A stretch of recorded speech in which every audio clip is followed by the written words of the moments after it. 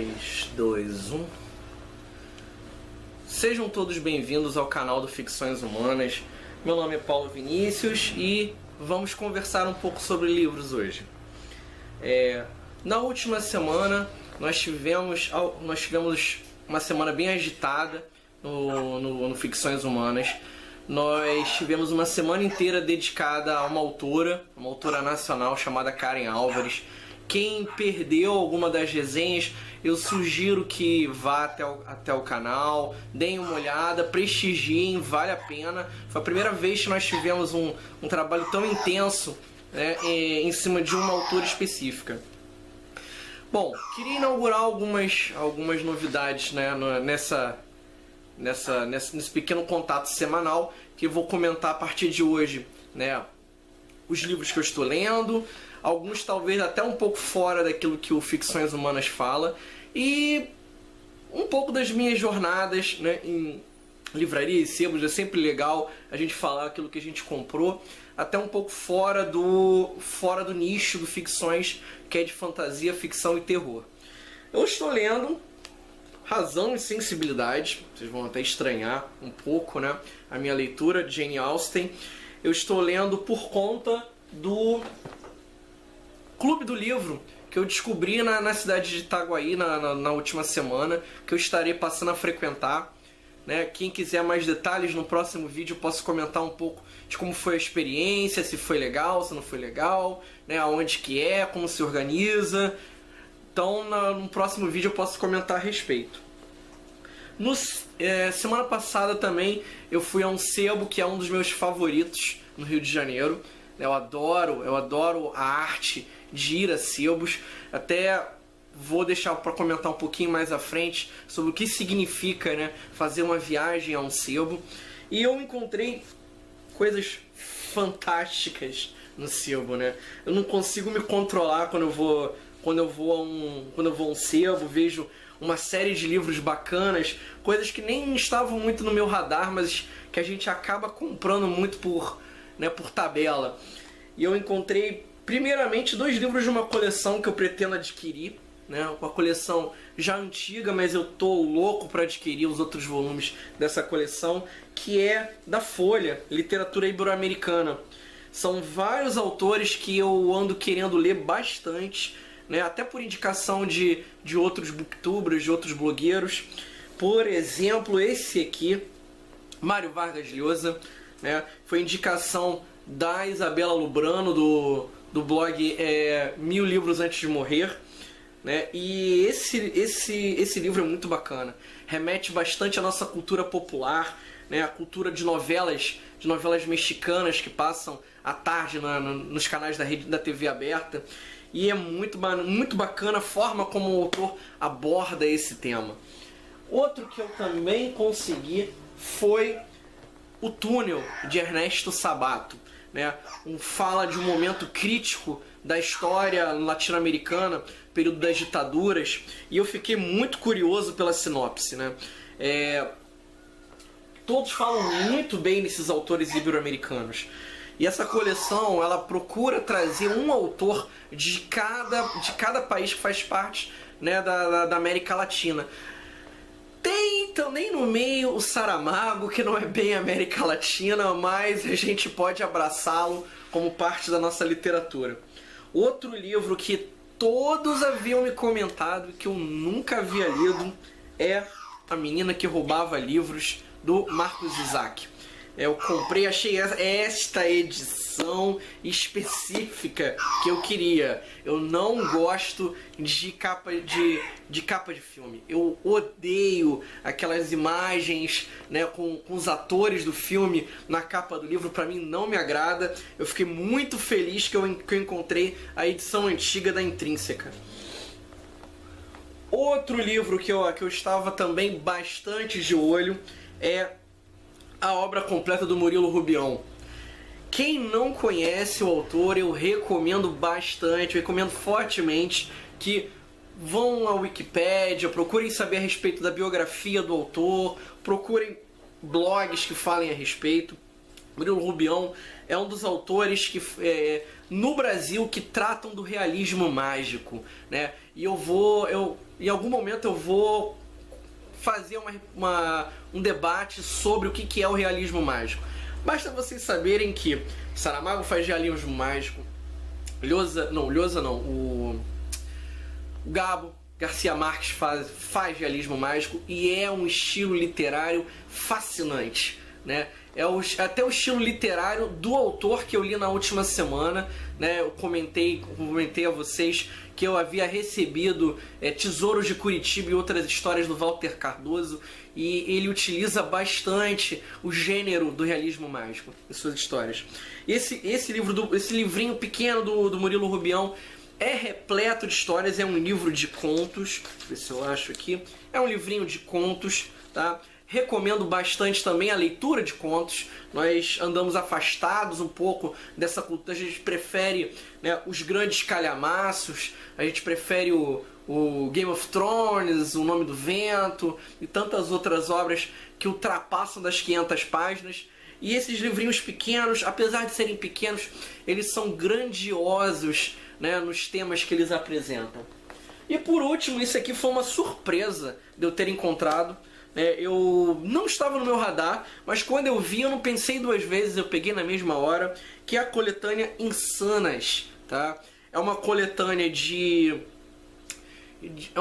com a temática feminina, mas mulheres voltadas para o terror, ou para o thriller, ou para o suspense, né?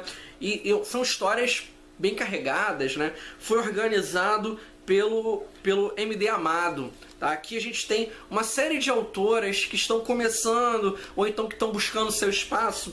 Por exemplo, a Celi Borges, a Tatiana Ruiz, a Samara Françoso, tem várias outras, né? Eu pretendo em breve fazer uma resenha desse livrinho aqui. E aí, piada interna, tá? Meus colegas vão saber por que eu estou fazendo isso. Eu gostaria de comentar um pouco, né, sobre algumas pessoas que estranham um pouco, né, as coisas que eu coloco, as leituras que eu faço no Goodreads, né, porque eu sempre me propus a trabalhar no Ficções Humanas com esses subgêneros, né, e no entanto eu sempre leio alguma coisa diferente, né, às vezes eu estou lendo, sei lá, o Jane Austen, por exemplo, às vezes eu estou lendo um Tolstói, às vezes eu estou lendo um Victor Hugo, um Dumas, e as pessoas me perguntam, mas se você quer fazer uma quantidade maior de resenhas, não faz sentido você ler mais coisas de fantasia e ficção científica? De certa forma, sim. Eu poderia, ler 10 livros de fantasia, 15 livros de ficção científica, né? E metralhar o blog com uma quantidade absurda de resenhas. Às vezes eu até faço isso, coloco uma série bem grande de resenhas, como na semana passada eu coloquei 5. Mas eu acho que, assim, até porque na situação atual que o Ficções Humanas vem se desenvolvendo, eu acho mais interessante eu melhorar a minha capacidade como resenhista, né? E eu só vou conseguir fazer isso através de leituras fora da minha casinha. Não adianta eu apenas ler Game of Thrones, O Nome do Vento, a trilogia da Primeira Lei. São livros extremamente interessantes. Alguns eu já li, outros não. E para que eu consiga fazer uma análise literária bacana, uma análise literária que chame a atenção dos leitores, que se diferencie de alguma forma dos 1000 blogs diferentes que nós temos na internet falando sobre literatura, eu tenho que mostrar alguma coisa nova. Eu preciso apresentar algo diferente. E eu só vou conseguir isso aprendendo os métodos que esses autores de fantasia e ficção científica eles utilizam para a composição do enredo. E é inegável que a literatura clássica ela produziu um efeito permanente nesses autores, né? Jane Austen, Bram Stoker, Mary Shelley, Tolstói, Dostoiévski, né, o Victor Hugo, o Jules Verne, todos esses autores produziram algum tipo de influência que chegou a esses autores contemporâneos. Muitos deles, quando a gente coloca uma entrevista, né, no Ficções Humanas, eles revelam tranquilamente que eles leem coisas fora do gênero deles, né? E muitos desses autores clássicos acabam, de uma forma ou de outra, interferindo na forma como eles escrevem. Por exemplo, pensar aqui, o esquema de ponto de vista do George Martin ou do Abercrombie, eles alegam, em muitos momentos, que eles sofreram interferências, principalmente da escrita do Tolstói, que é uma escrita mais voltada, né, para uma novelização, uma forma de trazer o público, fazer com que o público leia, ainda mais obras que foram publicadas na forma de folhetins. Elas têm que, de alguma forma, trazer o leitor para que na próxima semana esse leitor ele volte àquele texto e continue a ler. Eu tenho que atrair o meu público de alguma maneira. E eu só vou conseguir isso com uma escrita interessante. E para isso eu vou ter uma série de ferramentas para atrair esse meu leitor para o meu livro. E esses autores clássicos, eles criaram, eles fundaram todas essas ferramentas que fazem parte da maletinha de truques desses autores, né? Então eu leio sim, eu procuro compreender como esses autores eles desenvolvem a sua trama. E ao ler Jane Austen, por exemplo, essa semana, eu pude compreender a forma como ela atrai o leitor para continuar a ler um livro que, mesmo sendo longo, não é longo, entre aspas. Não é uma leitura difícil, né? Eu já estou no meu 4º dia lendo Razão e Sensibilidade, e é um livro que eu já li 200 páginas. Aproximadamente.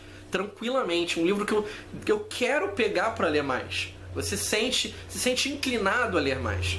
Então, eu acho interessante, sim.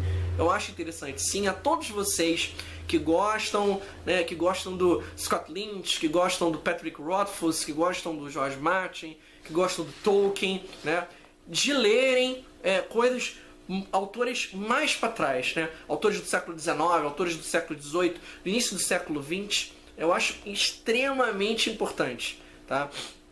E até mesmo a questão da leitura. Ler é muito bom. Quanto mais coisas nós lermos, melhor. Melhores leitores nós seremos.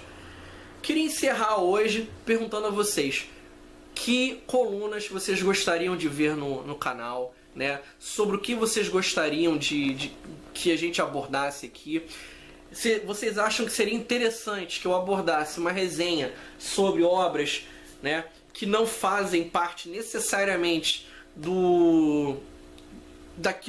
das premissas do blog?